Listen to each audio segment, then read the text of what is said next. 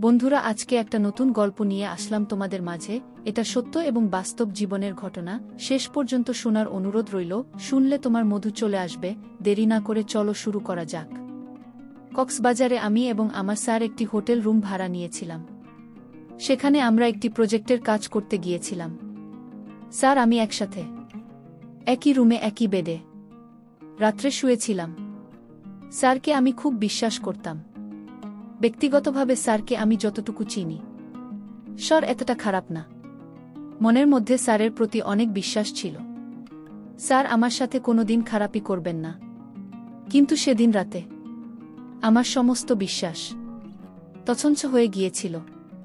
রাত যখন গভীর হল তখন আমি স্যারের আসল রূপটা দেখতে পেলাম। গভীর রাতে ঘুমের ঘোরে স্যার আমার সাথে অনেক বাজে আচরণ করার চেষ্টা করছে। আমি তখন আধ ঘুম অবস্থায় ছিলাম। যখন স্যার আমার এখানে পরিপূর্ণ দখল নিতে চাইল তখন আমার ঘুম ভেঙে যায়।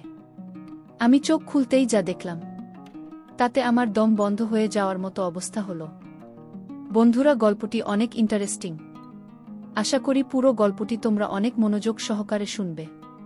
তবে গল্পটি শুরু করার পূর্বে বন্ধুরা, তোমাদের নিকট আমার বিশেষ অনুরোধ, তোমরা অবশ্যই আমার চ্যানেলটি সাবস্ক্রাইব করে আমাকে সাপোর্ট করবে। হ্যালো বন্ধুরা, আমি রূপালী চক্রবর্তী। তবে আমার ডাক নাম রূপালী। সবাই আমাকে রূপালী নামে চিনে। আমার বর্তমান বয়স 23। বর্তমানে আমি একজন প্রতিষ্ঠিত মডেল অভিনেত্রী। কিন্তু এই মডেল অভিনেত্রী হয়ে ওঠার পিছনে একটি বেদনাদায়ক ঘটনা রয়েছে। আজকে তোমাদের সামনে আমি যে ঘটনাটি বলবো, ঘটনাটি আমার বাস্তব জীবনের একটি গল্প। তবে গোপনীয়তা রক্ষার জন্য আমি আমার ছদ্মনাম ব্যবহার করলাম। আমার দুষ্টুমিষ্টু বন্ধুরা, খুব ছোটবেলা থেকেই আমি একজন বিখ্যাত মডেল হওয়ার স্বপ্ন ছিল। স্বপ্নটা যেন এক পর্যায়ে আমার নেশায় পরিণত হয়ে গেল। মনের মধ্যে সবসময় কল্পনা জল্পনা করতাম, কিভাবে আমি একজন বিখ্যাত মডেল হতে পারি, দেশের নামকরা মডেল হতে পারি। খুব ছোটবেলা থেকেই স্বপ্নটা মনের মধ্যে পোষণ করতে থাকি। স্কুলে পড়ার সময় আমি বিভিন্ন সাংস্কৃতিক অনুষ্ঠানে অভিনয় করার চেষ্টা করতাম এবং ভালো নৃত্য করার চেষ্টা করতাম। আর সবসময় একজন মডেল এর গুণাগুণ থাকা দরকার। ওই সবগুলো বৈশিষ্ট্যই আমি অর্জন করার চেষ্টা করতাম। আমি দেখতে অনেক সুন্দর, সুদর্শন এবং স্মার্ট ছিলাম। সবচেয়ে আমার চেহারার মধ্যে আকর্ষণীয় একটা ভাব ছিল যা আমাকে মডেল হতে সাহায্য করেছিল। আর তাছাড়াও কেউ আমাকে দেখলেই মডেল বলে ডাকত। আসলে মডেল হওয়ার যে ফিটনেসের প্রয়োজন ছিল তার সম্পূর্ণ যোগ্যতাই আমার ছিল। কিন্তু আমি গ্রামে থাকতাম। গ্রামের স্কুলে পড়ালেখা করতাম। যে কারণে স্বপ্নটা কখন যে বাস্তব হবে তা নিয়ে শুধু কল্পনা করতাম। তবে চেষ্টা করে যাইতাম অবিরত। মনের মধ্যে শুধু কল্পনাই করতাম কখন কোনো সময় আমি একটা নামি দামি মডেল হতে পারব। এসব চিন্তা করতে করতে আমি রাতে বসে বসে টিভি দেখছিলাম আর ভাবছিলাম। ঠিক এমন সময় আমার আব্বু আমাকে ডাক দিয়ে বলল, মা রূপালী, একটু এদিকে আয় তো। আমি বাবার কাছে গেলাম। তারপর বাবা আমাকে বলল, মা রূপালী, অনেক দিন হল তোর বোন শেফালিকে দেখি না। তুই তো এসএসসি পরীক্ষা দিয়ে দিয়েছিস। এবার তোর বোনের বাড়ি থেকে একবার বেড়াই গা। আমি বললাম, আচ্ছা ঠিক আছে বাবা। বাবার কথা মতো পরের দিন আমি আমার বোনের বাসায় ঢাকা যাওয়ার জন্য প্রস্তুত নিলাম। ট্রেনে উঠলাম। আমার সাথে একটি মধ্যবয়সী লোক ট্রেনে উঠল। একই সিটে লোকটি আমাকে দেখে হা করে তাকিয়ে রইল। কিন্তু লোকটির সাথে কোনো কথা বললাম না। হঠাৎ করে লোকটির ফোনে একটি ফোন আসে। শুনলাম লোকটি কথা বলছে কারো সাথে। লোকটির কথা শুনে মনে হচ্ছে লোকটি কোনো একটি মডেলিং এজেন্সির পরিচালক অথবা প্রযোজক। লোকটি আমার ঠিক পাশের সিটে বসেছিল। লোকটির কথা শুনে পরিষ্কার হয়ে গেলাম যে লোকটি একটি মডেলিং এজেন্সির পরিচালক। তারপর আমি ভাবলাম লোকটির সাথে একটু পরিচিত হয়ে নিয়ে। আমি জিজ্ঞেস করার আগেই লোকটি আমাকে জিজ্ঞেস করল, এই যে ম্যাম, আপনার নাম কি? আমি বললাম, স্যার আমার নাম রূপালী চক্রবর্তী। তারপর লোকটি আমাকে বলল, বাহ, খুব সুন্দর নাম তো তোমার। তুমি কি করো? আমি বললাম, স্যার আমি এই বছর এসএসসি পরীক্ষা দিয়েছি। তারপর লোকটি তোমাকে জিজ্ঞেস করল, ভবিষ্যতে তুমি হতে চাও? আমি বললাম, স্যার ভবিষ্যতে আমি একজন বিখ্যাত মডেল হতে চাই। তখন লোকটি আমাকে বলল, বাহ, খুব সুন্দর উদ্দেশ্যটা তোমার। আর তোমার চেহারা যে সুন্দর, যে আকর্ষণীয়, নিশ্চয়ই তুমি মডেল হওয়ার অধিকারী। আমি লোকটির কথায় আমার প্রশংসা শুনে আমি কিছুটা হেসে উঠলাম। তারপর আমি লোকটিকে জিজ্ঞেস করলাম, স্যার আপনি কি করেন? লোকটি একটি হাসি দিয়ে বলল, এই নাও আমার কার্ড, এখানে বিস্তারিত লেখা আছে। লোকটির কার্ডটি দেখে আমি চমকে গেলাম। আমি এতদিন মনে মনে যাকে খুঁজছিলাম সেই আজকে আমার সামনে হাজির। কার্ডটিতে স্যারের নাম লেখা ছিল শুভঙ্কর চক্রবর্তী। আমিও স্যারকে বললাম, স্যার আপনার নাম অনেক সুন্দর। তারপর স্যারের সাথে আস্তে আস্তে ফ্রি হতে শুরু করলাম। একটু একটু করে কথা বলতে বলতে স্যারের সাথে আমি বেশ মাতিয়ে ফেললাম। এভাবে স্যারের সাথে গল্প করতে করতে কখন যে সময় কেটে গেল তা বুঝতেই পারলাম না। হঠাৎ করে সিগন্যাল পেলাম, ট্রেন কমলাপুর রেলওয়ে স্টেশনে চলে আসলো। স্যার আমি উঠে নেমে গেলাম। নেমে যাওয়ার সময় স্যার আমাকে বলল, রূপালী তোমার যদি মডেল হওয়ার খুব ইচ্ছে থাকে তাহলে এই কার্ডের ঠিকানা অনুযায়ী এসো, আর এই নাম্বারে আমার সাথে যোগাযোগ রাখবে। আমি বললাম, আচ্ছা ঠিক আছে স্যার, আর আমাকে ফোন দিও। তাহলে আমি তোমাকেই বলে দেব তোমাকে কোথায় আসতে হবে। যদি তোমার একান্ত ইচ্ছা থাকে তাহলে কেবল আমার সাথে যোগাযোগ করতে পারো। স্যারের কাছ থেকে বিদায় নিয়ে আমি আমার বোনের বাসায় চলে গেলাম। বোনের বাসায় এসে রাতের বেলায় খাবার দাবার শেষে যখন শুতে যাব তখন স্যারের কথা মনে পড়ল। তারপর কার থেকে নাম্বারটি নিয়ে স্যারকে একটি ফোন দিলাম। মনে হচ্ছে স্যার আমার ফোন পেয়ে অনেক খুশি। এভাবে স্যারের সাথে আমি প্রায় 2 থেকে 3 মাস কথা বললাম। তারপর স্যার একদিন আমাকে হঠাৎ করে বলল, রূপালী মডেলিং হওয়ার একটা সুযোগ এসেছে আগামীকালকে। আমাদের এখানে মডেল সিলেক্টেড প্রতিযোগিতা চলবে। আশা করি তুমি সেখানে আসবে যদি পরিচালনা পর্ষদ এবং তোমার যোগ্যতা তোমার সবকিছু মিলে যায়, তাহলে তুমি সেখানে মডেলিং হওয়ার চান্স পেয়ে যাবে। স্যারের কথা শুনে আমি মহা খুশি হয়ে গেলাম। আমি বললাম, স্যার অবশ্যই আসব। তারপর নির্দিষ্ট দিনে আমি চলে গেলাম ইন্টারভিউ দিতে। ইন্টারভিউ দিতে গিয়ে দেখি আমার মতো সেখানে অনেকেই ইন্টারভিউ দিতে আসছে, কিন্তু সেখানে গিয়ে দেখি ইন্টারভিউতে প্রধান ভূমিকা পালন করছে সেদিন যে আমার সাথে ট্রেনে পরিচিত হয়েছিল, যে লোকটাই, তাকে দেখে আমি খুব একটা সাহস পেলাম, মনের মধ্যে ভরসা পেলাম। ভাবলাম আমার মডেলিং এর স্বপ্ন হয়তো পূরণ হতে চলেছে। বন্ধুরা তোমাদেরকে আমি আরেকটি কথা বলে দিই। সেদিন ইন্টারভিউতে যাওয়ার সময় আমি এমনভাবে নিজেকে প্রদর্শন করেছিলাম, অর্থাৎ সাজগোজ করেছিলাম যেন আমাকে দেখে স্যারের চোখ কপালে উঠে যাওয়ার মতো অবস্থা হয় এবং আমাকে তার এজেন্সিতে মডেলিংয়ের কাজ করার সুযোগ করে দেয়। বসে থেকে অপেক্ষা করতে করতে হঠাৎ করে আমার সিরিয়াল আসলো। আমি স্যারের দরজার পাশে গিয়ে স্যারকে নমস্কার দিলাম। স্যার আমার নমস্কারের উত্তর দিল। আমি বললাম, স্যার আসতে পারি? স্যার বলল, জি আসুন। তারপর আমি ভিতরে প্রবেশ করলাম। তারপর স্যারকে বললাম, স্যার বসতে পারি? স্যার বলল, জি বসুন। তারপর স্যার আমাকে জিজ্ঞেস করল, তোমার নাম কি? আমি বললাম, আমার নাম রূপালী চক্রবর্তী। যদিও স্যার আমার নাম জানে, তারপরেও ইন্টারভিউ বোর্ডে সবাইকে দেখাতে গিয়ে স্যারের এই নাটকটা করতে হলো। স্যার আমাকে বলল, বাহ খুব সুন্দর, খুব মিষ্টি নাম তো তোমার। পড়ালেখা কতটুকু করেছ? আমি বললাম, স্যার এসএসসি পরীক্ষা দিয়েছি বছর। স্যার বলল, ভালো। তুমি অভিনয় কেমন পারো?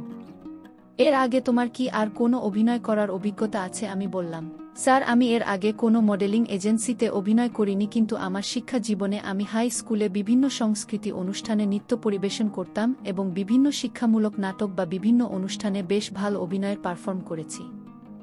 সেক্ষেত্রে আমি যতটুকু ভাবলাম, আপনি যদি আমাকে একটু সুযোগ দেন তাহলে আমি আমার সর্বোচ্চ দিয়ে চেষ্টা করব। স্যার বলল, আমি তোমার কথা বুঝতে পেরেছি, কিন্তু অভিজ্ঞতা হলে ভালো হতো। আচ্ছা ঠিক আছে রূপালী, তুমি কি আমাকে এখন এই মুহূর্তে একটা অভিনয় করে দেখাতে পারবে? আমি বললাম, স্যার অবশ্যই পারব, তবে আপনি আমাকে বলে দেন আমি কোন ধরনের অভিনয় করব। তখন স্যার আমাকে একটি ডায়ালগ শিখিয়ে দিয়ে বলল, এই ডায়ালগ অনুযায়ী তুমি একটু অভিনয় করো। তারপর আমি স্যার এর ওই ডায়ালগ অনুযায়ী অভিনয় করতে শুরু করলাম। অভিনয় শেষে স্যার আমাকে বলল, বাহ খুব সুন্দর হয়েছে, তোমার অভিনয় দেখে আমি অনেক খুশি হয়েছি।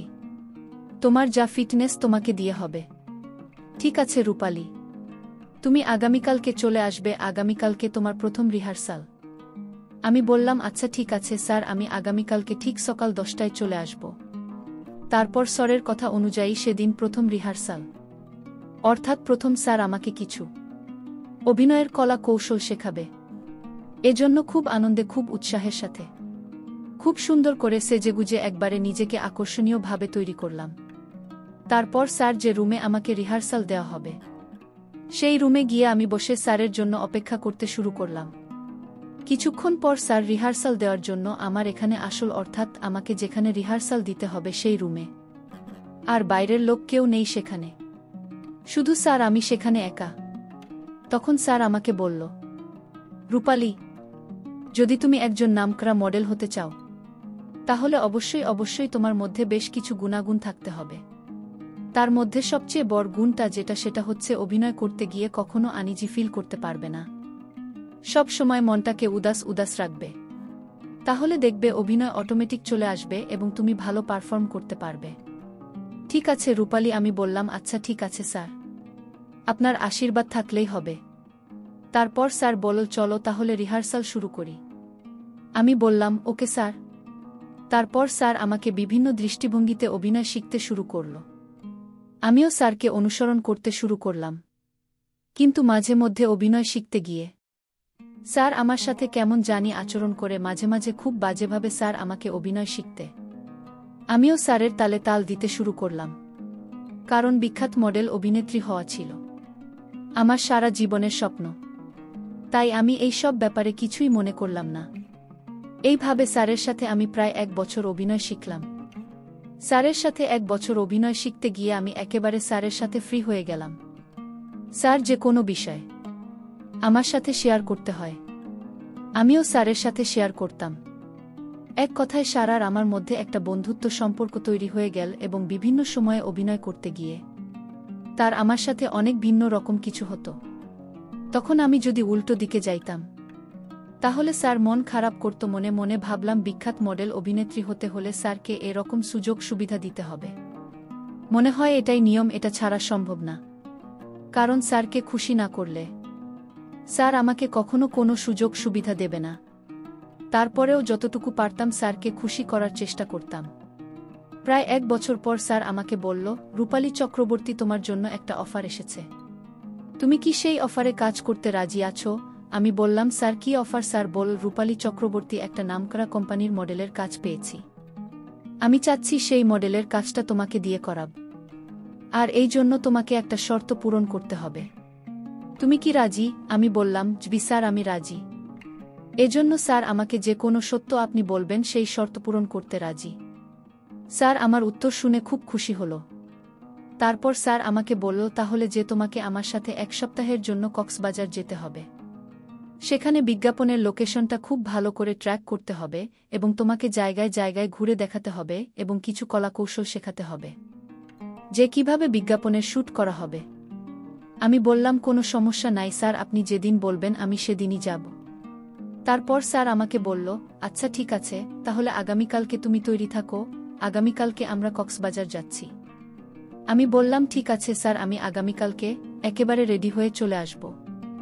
তারপর স্যারের সাথে আমি চলে গেলাম। কক্সবাজার গিয়ে আমরা একটা ভিআইপি হোটেল ভাড়া নিলাম। কিন্তু আমার স্যারের সাথে প্রথম প্রথম থাকতে খুব অসুবিধা হচ্ছিল। আর তাছাড়া স্যারের সাথে তো আমার অনেক দিনের সম্পর্ক, একেবারে ফ্রি, যে কারণে তেমন বেশি একটা ভয় ছিল না। কিন্তু স্যার আমার সাথে যে একেবারে নোংরামি করবে সেটা আমার স্বপ্নের বাইরে ছিল। যদিও একসাথে একই রুমে একই বেডে, কিন্তু মনের মধ্যে বিশ্বাসটা ছিল অনেক। এছাড়া স্যার আমাকে যাই করুক না কেন অন্ততপক্ষে আমার সাথে খারাপই করবে না। কিন্তু সেই বিশ্বাস ভেঙে গেল সেদিন স্যারের সাথে ব্যাসের করার পর। রাতে ঘুমানোর সময় হঠাৎ করে আমি অনুভব করলাম কেউ যেন আমার উপর হিংসাত্মক আক্রমণ করার চেষ্টা করছে। ভয়ে ভিতরটা কেঁপে গেল। ঘুম থেকে চট করে উঠলাম। উঠে দেখি স্যারের ভয়ানক রূপ অদ্ভুত দানবের মতো অদ্ভুত আচরণ করা শুরু করল। জীবনে প্রথম এরকম ধরনের প্রবলেমে পড়লাম। তারপর স্যারকে আমি অনেক কাকুতি মিনতি করেছিলাম, কিন্তু আমার কোনো কথাই শুনতে রাজি না। এই মুহূর্তে আমি নিরুপায় হয়ে তার বাধ্য হওয়া ছাড়া আর কোনো উপায় ছিল না। অবশেষে বাধ্য হয়ে থাকে আমার সব কিছু দিতে হলো। আর সেই জন্মের মত আমার কাছ থেকে সব কিছু কেড়ে নেওয়ার চেষ্টা করছে। কি ভয়ানক স্যারের রূপ জীবনের প্রথম এত বড় জিনিসটা আমার এখানে নিতে।